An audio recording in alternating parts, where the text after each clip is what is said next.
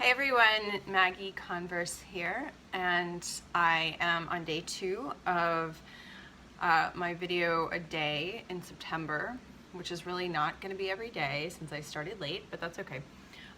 Today's video topic, I'm going to get right to it because I'm going to try to keep these to 5 minutes, is the message of today is you don't need to fix you.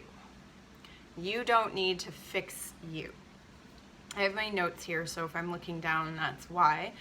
And I felt inspired by this. For those of you who follow me on social media, I posted something yesterday and today about you don't have to burn anything off. Like, we get these messages from, they're everywhere, and sometimes they're very well intended, like, and that's kind of the problem. Like, we've learned to associate like burning something off with being good or being healthy, when it's really just feeding into this belief that a lot of us have, that we need to fix ourselves, that we're not good enough, that we've done something bad, so we need to compensate. And I talked about that yesterday about, right, like eating a donut, feeling bad, and then going and exercising to burn it off, or whatever, punishing yourself.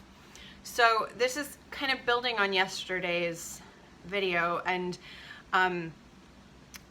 when I think fixing ourselves is very different from personal growth, changing, and changing not who we are, but changing like behaviors that don't serve us. So what I mean by you don't need to fix you, so I want to make sure my notes don't disappear. What we can focus on is, right, because I don't want to tell you like what not to do, but oftentimes when we feel stuck, when we get to that point of feeling like we need a quick fix, or we need a quick change, and we often go to that, whether it's food, alcohol, drugs, a relationship, television, sex, there's all kinds of distractions.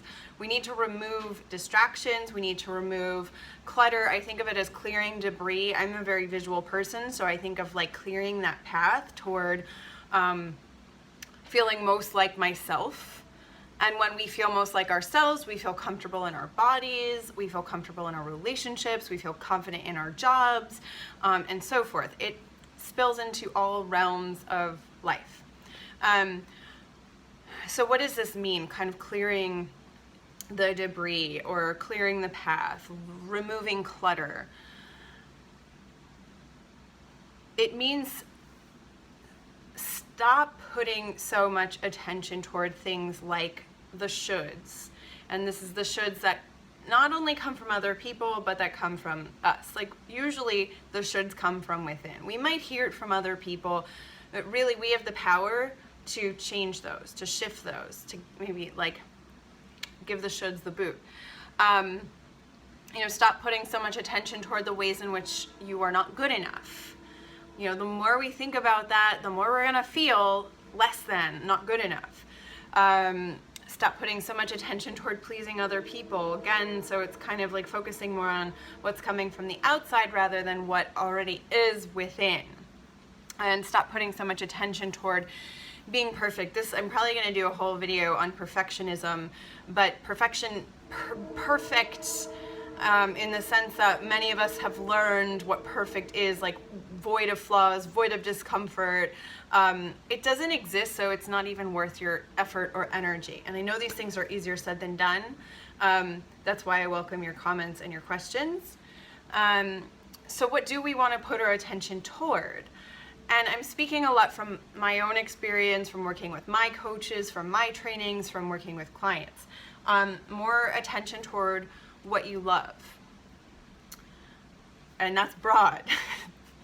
Okay?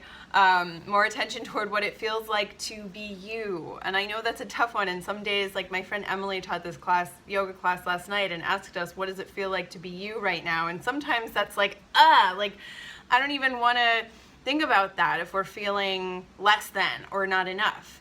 But the more we come back to that question, the more we're like, oh, it kind of feels interesting, right? We can start with interesting, or get curious about what it feels like to be us.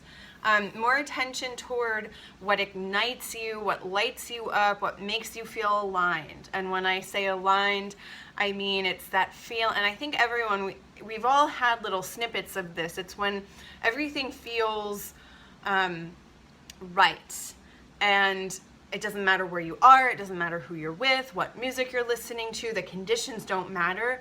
You just feel that alignment, right? You could call it confidence, at ease, at peace. Nothing can knock you down when you're aligned. You're on your path, you're doing your thing. And that kind of ties into what ignites you, what lights you up. Those things are usually what help us to feel aligned.